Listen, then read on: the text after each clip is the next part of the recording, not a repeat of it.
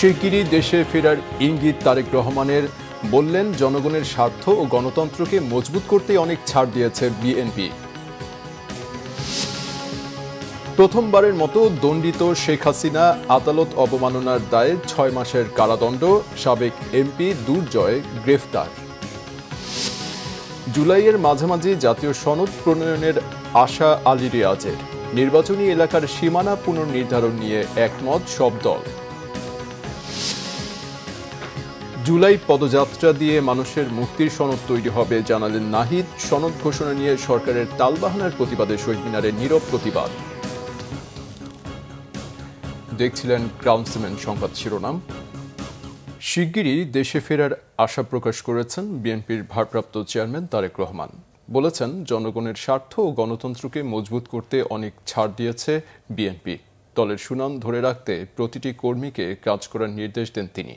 Report করছেন সিকান্দার রেমান।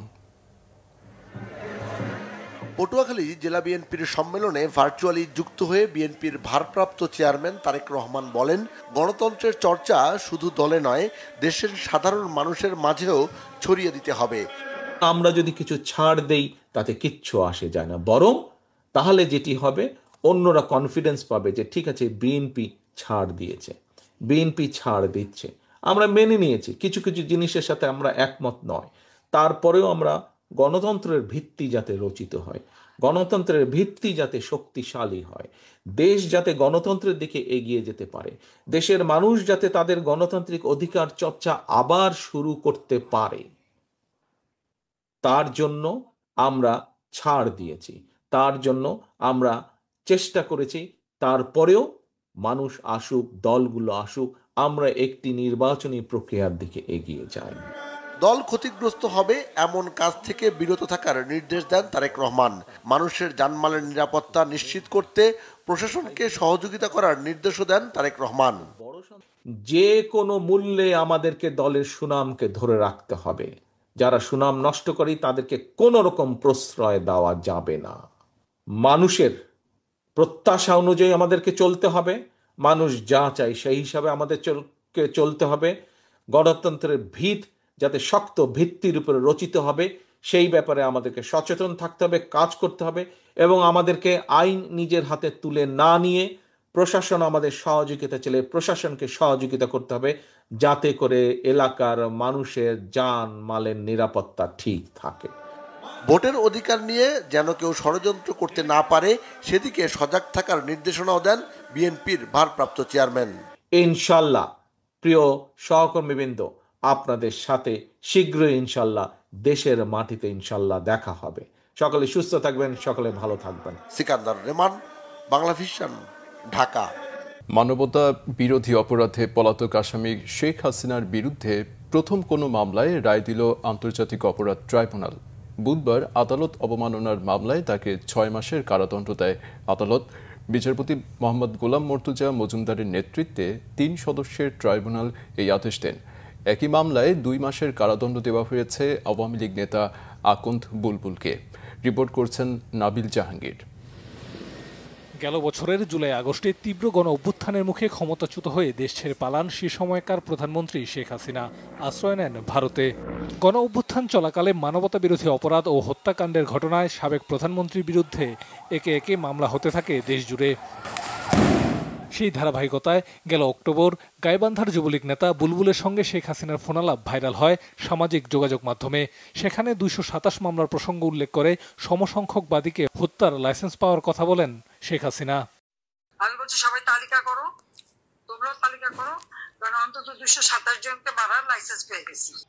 সেই ঘটনার পরিপ্রেক্ষিতে আদালত অবমাননার অভিযোগ তোলা হয় ট্রাইব্যুনালে। ফরেনসিক পরীক্ষায় সেই ফোনালাপটির সত্যতাও পাওয়া যায়। ফলে শুনানি শেষে বুধবার এই মামলার রায় ঘোষণা করেন ট্রাইব্যুনালের চেয়ারম্যান বিচারপতি গোলাম মর্তুজা মজুমদারের নেতৃত্বাধীন ৩ সদস্যের ট্রাইব্যুনাল ১।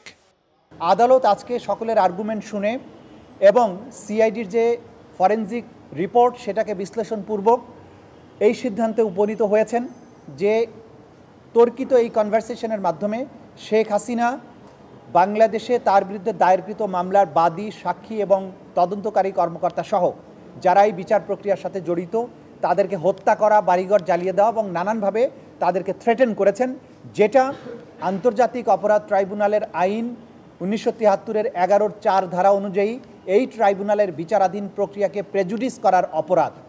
এই রায়ে অসন্তোষ জানান রাষ্ট্রনিযুক্ত আসামিপক্ষের আইনজীবী। যে সমস্ত ডকুমেন্টস লার্নেড কোর্টের কাছে প্রসিকিউটর পক্ষ মানে ফার্স্ট পার্টি যে সমস্ত দাখিল করেছে সেই সব ডকুমেন্টসগুলি শুধুমাত্র একটি লিখিত কাগজ, যে লিখিত কাগজে যারা যে সমস্ত এক্সপার্টরা স্বাক্ষর করেছেন সেই স্বাক্ষরটাকে যতক্ষণ পর্যন্ত বিজ্ঞ আদালতে এসে এক্সিবিট করা না হয় বা কোর্টকে যতক্ষণ পর্যন্ত বিশ্বস্ত না করা যায় যে এই ডকুমেন্টসগুলি তারাই দিয়েছে ততক্ষণ পর্যন্ত এটাকে আমি দ্বিমত পোষণ করছি। এই মামলার বিচারিক কার্যক্রমের স্বচ্ছতা বজায় রাখতে জ্যেষ্ঠ আইনজীবী AY মশিউজ্জামানকে এমিকাস কিউরি নিয়োগ দেওয়া হয়। নাবিল জাহাঙ্গীর, বাংলা ভিশন, ঢাকা। আশুলিয়ায় গুলি করে হত্যা, লাশ পোড়ানো ও একজন আহত জুলাই যোদ্ধাকে পুড়িয়ে হত্যার ঘটনায় অভিযোগপত্র আমলে নিয়েছে আন্তর্জাতিক অপরাধ ট্রাইব্যুনাল। সাবেক এমপি সাইফুল ইসলাম সহ পলাতক 8 আসামির বিরুদ্ধে গ্রেপ্তারি পরোয়ানা জারি করা হয়েছে। জুলাই গণ অভ্যুত্থানে শেখ হাসিনার পতন ঘটে 5 আগস্ট। সেদিনও মরণাস্ত্র হাতে আক্রমণাত্মক ছিল আওয়ামী সরকারের পুলিশ। এদিন ছাত্র জনতার স্রোত ঠেকাতে আশুলিয়ায় 5 জনকে গুলি করে হত্যা করে পুলিশ, একজন গুরুতর আহত হয়। পরে এই 5 জনের লাশ এবং গুলিতে গুরুতর আহত একজনকে পুলিশের ভ্যানে তুলে আগুন জ্বালিয়ে দেওয়ার ভিডিও সোশ্যাল মিডিয়াতে ছড়িয়ে পড়ে। এ ঘটনায় আন্তর্জাতিক অপরাধ ট্রাইব্যুনালে মামলা হয়। বুধবার ট্রাইব্যুনালে এ মামলার আনুষ্ঠানিক অভিযোগপত্র দাখিল করে প্রসিকিউশন। হাজির করা হয় পুলিশ কর্মকর্তা আব্দুল্লাহ হিল কাফি, শহীদুল ইসলাম ও আরাফাত সহ গ্রেপ্তার 8 আসামির 7 জনকে। অভিযোগ আমলে নিয়ে সাবেক এমপি সাইফুল ইসলাম সহ পলাতক 8 আসামির বিরুদ্ধে গ্রেপ্তারি পরোয়ানা জারি করে আন্তর্জাতিক অপরাধ ট্রাইব্যুনাল 2। মানিকগঞ্জ 1 আসনের সাবেক সংসদ সদস্য ও বাংলাদেশ জাতীয় ক্রিকেট দলের সাবেক অধিনায়ক নাইমুর রহমান দুর্জয়কে গ্রেফতার করেছে মানিকগঞ্জ গোয়েন্দা পুলিশ। রাতে রাজধানীর লালমাটিয়া এলাকা থেকে তাকে গ্রেফতার করা হয়। তার বিরুদ্ধে বৈষম্য বিরোধী আন্দোলনের হত্যাসহ একাধিক মামলা রয়েছে। ঢাকা রেঞ্জের ডিআইজি রেজাউল করিম মল্লিক এ তথ্য জানিয়েছেন। পুলিশ সূত্রে জানা গেছে, গ্রেফতারের সময় দুর্জয় লালমাটিয়ার একটি বাসায় অবস্থান করছিলেন। গোপন তথ্যের ভিত্তিতে সেখানে অভিযান চালিয়ে তাকে গ্রেফতার করা হয়। নাইমুর রহমান দুর্জয় 2001 সালে জাতীয় সংসদ নির্বাচনে আওয়ামী লীগের প্রার্থী হিসেবে মানিকগঞ্জ 1 আসন থেকে সংসদ সদস্য নির্বাচিত হন।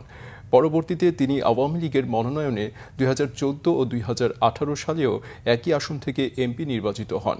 জানা গেছে, চলতি বছর 21 জানুয়ারি লালমাটিয়ায় থাকা 2523 বর্গফুটের একটি ফ্ল্যাট, পূর্বাচলে 3 কাঠার প্লট ও 3টি গাড়ি, 10টি ব্যাংক অ্যাকাউন্ট ও 2টি বিমা পলিসির হিসাব জব্দের আদেশ দেন আদালত। 24 জুলাই আন্দোলনে সাভারে পুলিশের এপিসি কার থেকে ইয়ামিনের নিথর দেহ ফেলে দেওয়ার দৃশ্য কাঁদিয়েছে কোটি মানুষকে। একজন শিক্ষার্থীকে কাছ থেকে গুলি করে হত্যার এই দৃশ্য নির্মম, নিষ্ঠুর ও অমানবিকতার। বছর পেরিয়ে গেলেও ছেলে হারানোর এই শোক কিছুতেই ভুলতে পারছেন না বাবা মহিউদ্দিন। প্রতিদিন একমাত্র ছেলের কবরের পাশে গিয়ে মোনাজাত আর কান্নায় কাটছে তার জীবন। তবে জুলাই আন্দোলনের বছর পেরুলেও বিচারের ধীর গতিতে ক্ষোভ প্রকাশ করেন সন্তান হারানো এই পিতা। জাহাঙ্গীর আলমের তোলা ছবিতে মুহিবুল্লাহ মুহিবের রিপোর্টে বিস্তারিত। মহাসড়কের ওপর পুলিশের এপিসি কার থেকে ফেলে দেওয়া হচ্ছে নিথর এক তরুণকে। গাড়ি থেকে সড়কে পড়তেই 2 হাত 2 দিকে আর পা দুটি ভাঁজ হয়ে যায় তার। একটি পা আটকে যায় এপিসির চাকার সঙ্গে। তখনও প্রাণ ছিল শায়েখ আসহাবুল ইয়ামিনের। পুলিশের হ্যাসকা টানে ফেলে দেওয়া হয় সড়কের মাঝখানে, যেন মানুষ নয় কোনো বস্তু ছুঁড়ে ফেলা হলো। 2024 সালের 18 জুলাই সাভারে পুলিশের গুলিতে MISTর কম্পিউটার সায়েন্সের শিক্ষার্থী ইয়ামিনের এমন মৃত্যু যেন স্তব্ধ করে দেয় বিশ্ব বিবেককে। ইয়ামিন হত্যার 1 বছর পেরুলেও চোখের পানি শুকায়নি তার বাবা মায়ের। আমি তো পোস্টমর্টম করব না, তখন আমার এক বন্ধু এএসপি, ওরে ফোন দিলাম। আমি ফোন দেওয়ার পর কান্নাকাটি শুরু করে দিলাম। তো আমি বলছি যে কান্নাকাটি করে আর কি করবি, কিন্তু আমি তো আমার ছেলেকে দাফন করতে পারছি না। তো কেন, কী হয়েছে? আমি তখন এই ঘটনাগুলো বললাম। আমি বলছি তোর কোনো আইন আছে কিনা, কারণ আমি তো বলছে কেন তাহলে তুই পোস্টমর্টম কর। বলছে না আমি পোস্টমর্টম করবো না, কারণ তোর পুলিশের বিরুদ্ধে আমি মামলাও কোনো দিন করবো না, আমি তো বিচার আল্লাহর কাছে দিয়েছি। দাফনের ইচ্ছে ছিল গ্রামের বাড়ি কুষ্টিয়ায়, কিন্তু পুলিশ আর আওয়ামী লীগের হুমকি এড়িয়ে ছেলের রক্তাক্ত মরদেহ রাতের অন্ধকারেই দাফন করতে হয়েছে সাভারে। সেই বিভীষিকাময় দিনের কথা মনে করে আজও আতকে ওঠেন ইয়ামিনের পিতা মহিউদ্দিন। আরে হুজুরকে বললাম যে আমি আমার বিবেচনা এটা করেছি, তো বলছে না আপনি ঠিকই করেছেন, আপনার ছিলেন গোসলের দরকার নেই। তারপর মাগরিবের নামাজ পড়ে আমরা জানাজার নামাজ পড়ে কবরস্থানে নিয়ে আমরা দাফন করে দিয়েছি। এরপরে বিভিন্ন সময় পুলিশের এসবি থেকে এবং ডিবির থেকে এবং থানার থেকে, 2 থানা থেকে, মানে কুমারখালী থানা আমাদের এবং সাভার থানার থেকে আমাদেরকে চেষ্টা করছিল যে আমাদেরকে কোনো রাজনৈতিক কালার দেওয়ার জন্য। পৃথিবীর সবচেয়ে ভারী বস্তু হচ্ছে পিতার কাঁধে সন্তানের লাশ। ইয়ামিনকে হারিয়ে 1 বছর পরেও কান্না শুকোচ্ছে না ইয়ামিনের পিতা মহিউদ্দিনের। এখনো সময় পেলেই ছুটে যান সন্তানের কবরের পাশে, যে বাংলাদেশের জন্য অকাতরে নিজের একমাত্র ছেলে ইয়ামিনকে বিসর্জন দিয়েছিলেন তার বাবা মা। সেই কাঙ্ক্ষিত বৈষম্যহীন দেশ গড়ার পথে কতটা হাঁটছে বাংলাদেশ, প্রশ্ন সন্তানহারা এই পিতার। মুহিবুল্লাহ মুহিব, বাংলা ভিশন, ঢাকা। গণমাধ্যমকে নৈতিক মান বজায় রাখতে সহায়তায় ভুল তথ্যের বিরুদ্ধে লড়াইয়ের পাশাপাশি একটি কার্যকর ব্যবস্থা তৈরিতে জাতিসংঘের প্রতি আহ্বান জানিয়েছেন প্রধান উপদেষ্টা ডক্টর মোহাম্মদ ইউনূস। রাষ্ট্রীয় অতিথি ভবন যমুনায় ইউনেস্কোর একটি প্রতিনিধি দল সাক্ষাৎ করতে গেলে তিনি এ আহ্বান জানান। সাক্ষাতে প্রধান উপদেষ্টা বলেন, ইউএনডিপি এবং ইউনেস্কোর যৌথভাবে করা প্রতিবেদনটির জন্য অধীর আগ্রহে অপেক্ষা করছেন তিনি। প্রধান সমস্যা হল ভুল তথ্য, ভুয়া খবর। এই বিভ্রান্তিকর তথ্যের কিছু অংশ বাইরে বসবাসকারী লোকেরা ছড়িয়ে দেয়, কিছু স্থানীয় মানুষও জড়িত। এটাকে একটানা বোমাবর্ষণ বলে তিনি উল্লেখ করেন।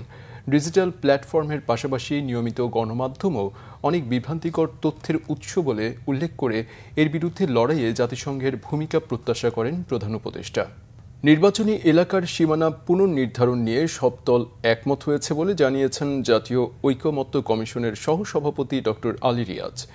একই সাথে সব দলের মতামত নিয়ে স্বল্প সময়ের মধ্যে তত্ত্বাবধায়ক সরকারের কাঠামোগত দিকগুলো চূড়ান্ত করার কথাও জানান তিনি। শুভ মাহফুজের রিপোর্টের বিস্তারিত। রাজধানীর ফরেন সার্ভিস একাডেমিতে জাতীয় ঐকমত্য কমিশনের সঙ্গে রাজনৈতিক দলগুলোর দ্বিতীয় পর্যায়ের 8ম দিনের আলোচনা হয়। এদিনের আলোচনার বিষয় ছিল নির্বাচনী এলাকার সীমানা নির্ধারণ, তত্ত্বাবধায়ক সরকার এবং রাষ্ট্রপতির ক্ষমার বিষয়ে। রাষ্ট্রপতির ক্ষমার বিষয়ে কোনো আলোচনা না হলেও এদিন নির্বাচনী এলাকার সীমানা পুনর্নির্ধারণের সব দলেই একমত হয়েছে। তত্ত্বাবধায়ক সরকারের বিষয়ে সবাই একমত হলেও স্বল্প সময়ের মধ্যে এর কাঠামোগত দিকগুলো চূড়ান্ত করার কথা জানান কমিশনের সহসভাপতি অধ্যাপক আলী রিয়াজ। আমরা অত্যন্ত আনন্দিত যে আজকে একটি বিষয়ে রাজনৈতিক দলগুলোর সঙ্গে আলোচনায় বড় রকমের সাফল্য অর্জিত হয়েছে, একটি ঐকমত্য প্রতিষ্ঠিত হয়েছে। সেটি হচ্ছে নির্বাচনী এলাকার সীমানা নির্ধারণ বিষয়। তত্ত্বাবধায়ক সরকারের ব্যবস্থা নিয়ে সবাই একমত হলেও ক্ষমতা হস্তান্তরের সুস্পষ্ট রূপরেখা নিয়ে ভিন্ন ভিন্ন মতামত দিয়েছে রাজনৈতিক দলগুলো। 1-11 মতো কোনো পরিস্থিতি যাতে না হয় সেজন্য রাষ্ট্রপতির মাধ্যমে তত্ত্বাবধায়ক সরকার গঠনে কেউই একমত নয়। আমরা একটা সিস্টেম ডেভেলপ করতে চাই, একটা শান্তিপূর্ণ উপায়ে ক্ষমতা হস্তান্তর প্রক্রিয়া আমরা ঠিক করতে চাই, যে প্রক্রিয়ার মাধ্যমে বারবার একটা গণতান্ত্রিক ক্ষমতার মেয়াদ শেষে যে যুদ্ধাবস্থা বিরাজ করে গৃহযুদ্ধের দিকে ঠেলে যায় দেশ, সেই অবস্থা যাতে বিরাজ না করে। ত্রয়োদশ সংশোধনীর মধ্য দিয়ে যে তত্ত্বাবধায়ক সরকার ব্যবস্থার সংবিধানে প্রণয়ন করা হয়েছিল, এখানে প্রেসিডেন্ট ছাড়া অন্য যেই ব্যবস্থাগুলো আছে, অন্য 5টা ধাপ, এগুলো আমরা মনে হয়েছে মোটামুটি ঠিক আছে। ফার্স্ট রিটার্নিং প্রধান বিচারপতি, এভাবে ওনাকে না পেলে বিচারপতি, আবার বিচারপতি, আবার বিচারপতি। 6th এসে আমরা বলেছি যে যদি এই জায়গায় আমরা কোনোভাবেই আসতে না পারি তাহলে প্রেসিডেন্ট সকল রাজনৈতিক দলগুলো যেগুলো পার্লামেন্টকে রিপ্রেজেন্ট করে তাদের সমন্বয়ে আলোচনার মাধ্যমে একজন ব্যক্তিকে প্রধান উপদেষ্টা করা হবে।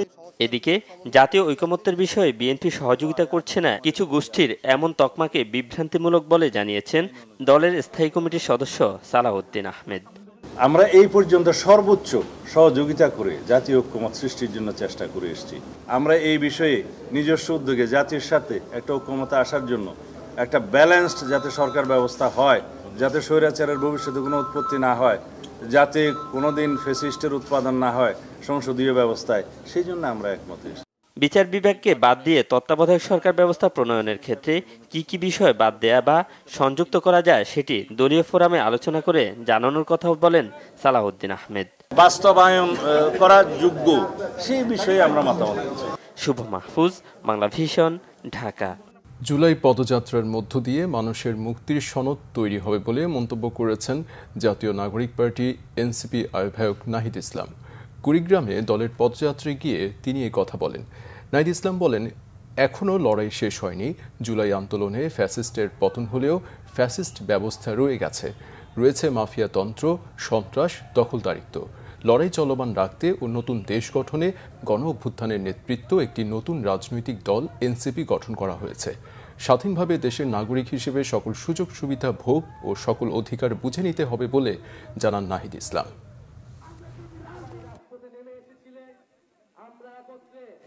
এই ফ্যাসিবাদী স্বৈরাচারী ব্যবস্থা বিলোপের জন্য এক দফার ঘোষণা করেছিলাম।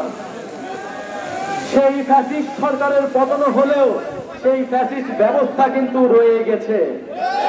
সেই মাফিয়াতন্ত্র, সেই সন্ত্রাস, সেই দখলদারিত্ব কিন্তু রয়ে গেছে। ফলে আমরা মনে করি আমাদের এই লড়াই শেষ হয়নি।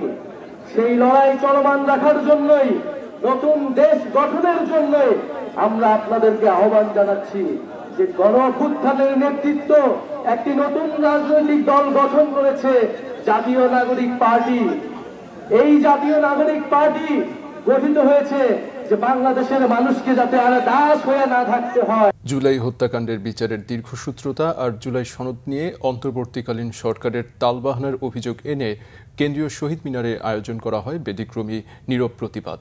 বুধবার কেন্দ্রীয় শহীদ মিনারের বেদিতে জুলাই শহীদদের প্রতীকী লাশ রেখে জুলাই আন্দোলনে গুরুত্বপূর্ণ ভূমিকা রাখা বেসরকারি বিশ্ববিদ্যালয়ের শিক্ষার্থীরা এই কর্মসূচির আয়োজন করে। প্রতিবাদ শেষে ব্রিফিংয়ে জুলাই আন্দোলনে নর্থ সাউথ বিশ্ববিদ্যালয়ের অন্যতম নেত্রী নফসিন মেহনাজ আজরিন অন্তর্বর্তীকালীন সরকারকে জুলাই হত্যাকাণ্ডের বিচার শেষ করার পাশাপাশি দ্রুত জুলাই সনদ ঘোষণার দাবি জানান তিনি। এতগুলো লাশের উপর দাঁড়িয়ে ইন্টিরিম আজকে বসে আছে, তারা এই শহীদ এবং আহত ভাইদের প্রতিনিধিত্ব করছে না তো তারা কার প্রতিনিধিত্ব করছে? তাদের লাশের উপর দাঁড়িয়ে তাদের এখনো কেন বিচার আপনারা করতে পারছেন না? তাদের এখনো কেন বিচার হয়নি? কেন এখনো পর্যন্ত ঘোষণাপত্র নিয়ে তালবাহানা করছে? গণফোরামের সাবেক সভাপতি বীর মুক্তিযোদ্ধা মোস্তফা মহসিন মন্টুর শোক সভার আয়োজন করেছে তার রণাঙ্গনের সাথীরা। বিকেলে জাতীয় প্রেস ক্লাবে এই আয়োজন হয়। এতে প্রধান অতিথি ছিলেন সংবিধানের অন্যতম প্রণেতা ডক্টর কামাল হোসেন। আলোচনায় মোস্তফা মহসিন মন্টুর কার্যক্রম স্মরণ করে বক্তারা বলেন, ৯০-এর স্বৈরাচার বিরোধী আন্দোলনে তিনি রাজপথে নেতৃত্ব দিয়েছেন মোস্তফা মহসিন মন্টু। বিগত ১৫ বছর ধরে গণতন্ত্র ও ভোটাধিকার প্রতিষ্ঠায় তিনি সক্রিয়ভাবে রাজপথে আন্দোলন সংগ্রাম করেছেন। গত জুলাই আগস্ট ছাত্র জনতার ঐতিহাসিক গণ অভ্যুত্থানেও মোস্তফা মহসিন মন্টু অংশগ্রহণ করেন। তিনি সবসময় স্বপ্ন দেখতেন মুক্তিযুদ্ধের আকাঙ্ক্ষিত একটি বৈষম্যহীন গণতান্ত্রিক মানবিক বাংলাদেশ প্রতিষ্ঠার।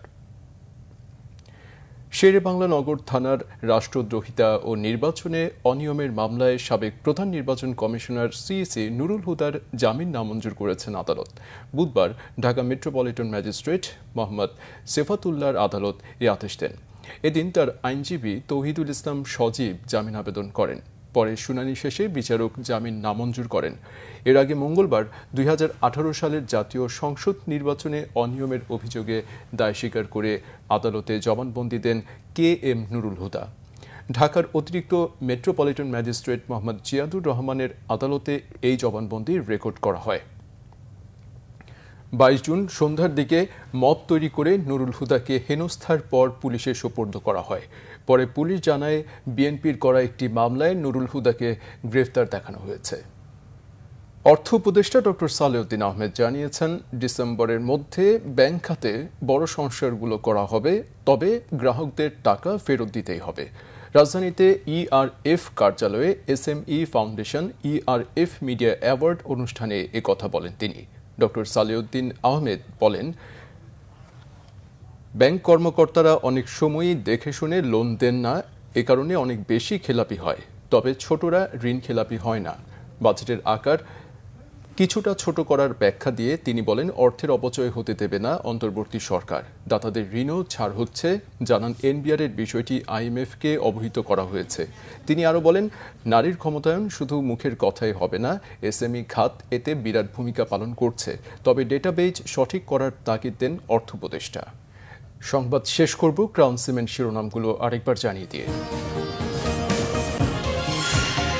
শিগগিরই দেশে ফেরার ইঙ্গিত তারেক রহমানের, বললেন, জনগণের স্বার্থ গণতন্ত্রকে মজবুত করতেই অনেক ছাড় দিয়েছে বিএনপি। প্রথমবারের মতো দণ্ডিত শেখ হাসিনা, আদালত অবমাননার দায়ে 6 মাসের কারাদণ্ড, সাবেক এমপি দুর্জয় গ্রেফতার। জুলাইয়ের মাঝামাঝি জাতীয় সনদ প্রণয়নের আশা আলী রিয়াজের, নির্বাচনী এলাকার সীমানা পুনর্নির্ধারণ নিয়ে একমত সব দল। জুলাই পদযাত্রা দিয়ে মানুষের মুক্তির সনদ তৈরি হবে, জানালেন নাহিদ। সনদ ঘোষণা নিয়ে সরকারের তালবাহানার প্রতিবাদে শহীদ মিনারে নীরব প্রতিবাদ। এই ছিল এখনকার মতো, পরের সংবাদ সকাল 7:30টায়। এছাড়া বাংলা ভিশন সংবাদ ও সংবাদ সংশ্লিষ্ট অনুষ্ঠান দেখতে ভিজিট করুন www.bvnews24.com ও facebook.com/banglavisionnews এবং সাবস্ক্রাইব করুন youtube.com/banglavisionnews। এতক্ষণ সাথে থাকায় ধন্যবাদ।